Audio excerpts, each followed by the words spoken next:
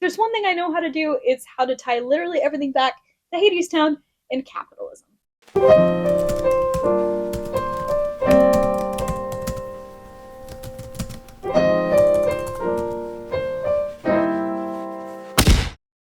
Hey Olivia, it's Wednesday. Around 5 years ago, I was browsing YouTube, as you do, and I stumbled upon this video. The enemy is poverty, and the wall keeps out the enemy.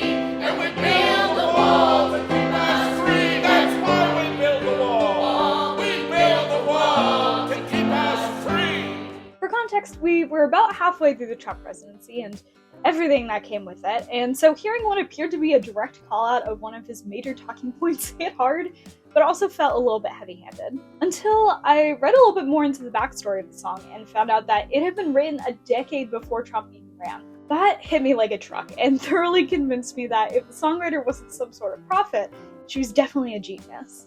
That song is the Act 1 finale of Hadestown, the musical that premiered on Broadway in 2019.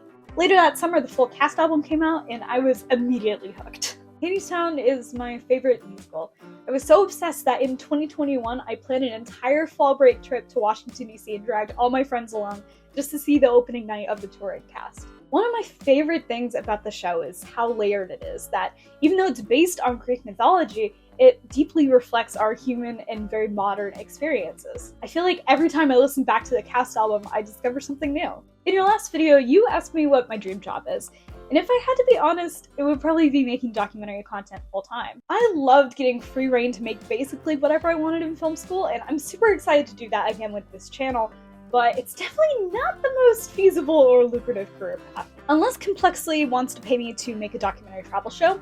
If so, hit me up. In my life so far, I've felt this big tension between wanting to make really personal, thoughtful, and meaningful art, and also being able to pay my bills. It's something that I've come to call the Hadestown Choice. FYI, in this video, I'm going to be spoiling pretty much all of Act 1 and most of Act 2 of Hadestown.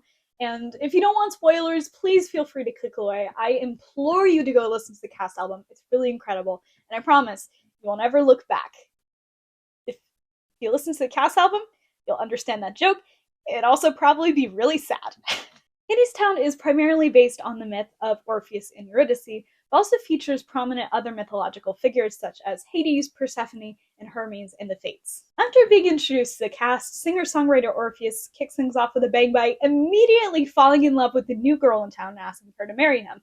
Truly a model for U-Haul lesbians everywhere. I'm obsessed. But Eurydice is initially, and rightly, skeptical of this total stranger's proposal. She has had kind of a hard life and has lived through a lot of struggle, but when Orpheus plays her the song that he's been working on, something that he promises will bring the world back into tune and bring about an eternal spring, she starts to open up her heart to him. After a while, when winter comes and times start to get hard, Orpheus remains obsessed with his music and can't provide for Eurydice. She becomes really frustrated because she's hungry, and so far his artistic efforts have been fruitless. So when Hades, a not-so-subtle fascist capitalist, comes to tempt her with the promise of steady work and no more hunger in his town called Hadestown, the lure is too strong and she decides to follow him to the underworld. The promise of stability outweighs her belief in Orpheus's art. The musical portrays this choice as inevitable, but ultimately tragic. Eurydice is essentially killed, and her memory is wiped by the monotony of working on the wall around Hadestown, which is an obvious metaphor for capitalism. She mourns this life that she no longer remembers in the Act 2 ballad Flowers, where she recalls shunning love and the sunlight of the world above for the comfort of the shade. It makes sense why the musical would show the consequences of this pursuit of stability. Anais Mitchell, the creator of Hadestown, is an artist along with being an environmental activist, and there are a lot of readings of the show that revolve around how capitalism feeds into climate change. And the post-bows musical number We Raise Our Cups to Them praises artists who continue to make art even in difficult positions and when the world is flush with pain and rage. But this also feeds into the myth of the starving artist. In Hadestown, being an artist is seen as a noble pursuit, something that is worth the suffering because it can lead to a lot of activism and ultimately inspire change. I will also quickly note that a lot of people are able to survive as starving artists because they have some degree of prior privilege.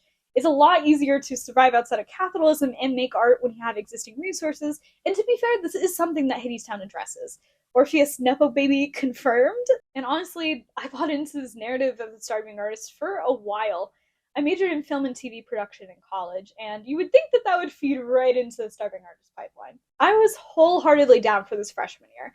I was a recovering gifted kid who wanted to make art and didn't have to worry about things like rent and health insurance. Now the career path of being a starving artist seems a lot less appealing to me since I would love to move out of my parents' house and also afford groceries. Throughout college, I had a lot of internships, and most of them weren't actually in the film industry because those can be impossible to get, especially during the pandemic. I'm looking at you, Television Academy. Thanks for not hiring me, actually. I don't think I would have had a good time. The opportunity for one of my first came very early in the spring semester of my sophomore year, where I interviewed for a marketing position that would happen at a nonprofit over the summer. I went back and forth over whether to take it. At the time, I really didn't want to do social media work, the pay was really little, and I knew that I had enough time to maybe find something better if it didn't work out. But it offered stability, a guarantee that I'd have something to do over the summer. At the time, I was reminded of Eurydice's actions in Hadestown, and that's why I came up with what I would eventually call the Hadestown Choice, a decision between stability or some sort of nobler artistic pursuit. I ended up on Eurydice's side on that one. I decided to take the internship, and it was honestly one of the coolest summers I've ever had. I got to work with a lot of young people, I got to live at the beach and see a lot of sea turtles, and I even got to make a documentary about the nonprofit. Even though I chose a safe option, I still found a lot of happiness and fulfillment. I encountered the Hadestown Choice more and more as I made my way through college. I chose to focus on documentary production, even though it's notoriously not a very high-paying part of the industry.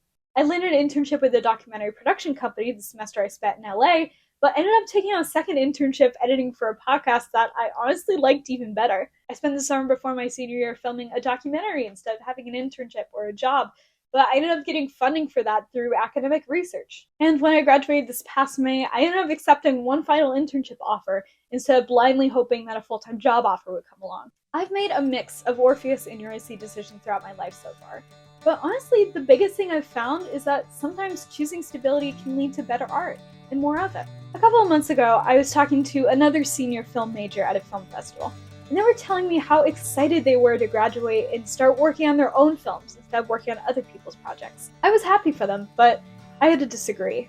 At least right now, I'm looking forward to working on other people's stuff. Maybe I'm just building Hayes' wall, but I think there's a way to do that without losing my sense of identity and creativity. Creativity in art looks different with every person who engages with it. For some people, it's spending a decade writing a masterpiece of a musical that talks about the merits of art and the fatal flaws of humanity, but for other people, it's having a day job and writing music on the side. It took me a long time to get here, but I honestly think my true creativity might lie in finding out-of-the-box ways to make cool stuff.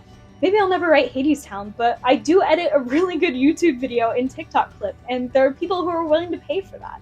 I want art and creativity to remain in my life no matter what, and that's part of the reason why we started this project, but it doesn't have to be my whole life. And while a stable day job may give me less time or energy to make true art, whatever that means, it'll give me money for food and rent, and be able to keep my creative spark alive. And that sounds pretty good to me. Olivia, I'll see you on Wednesday. Need that. Am I filming?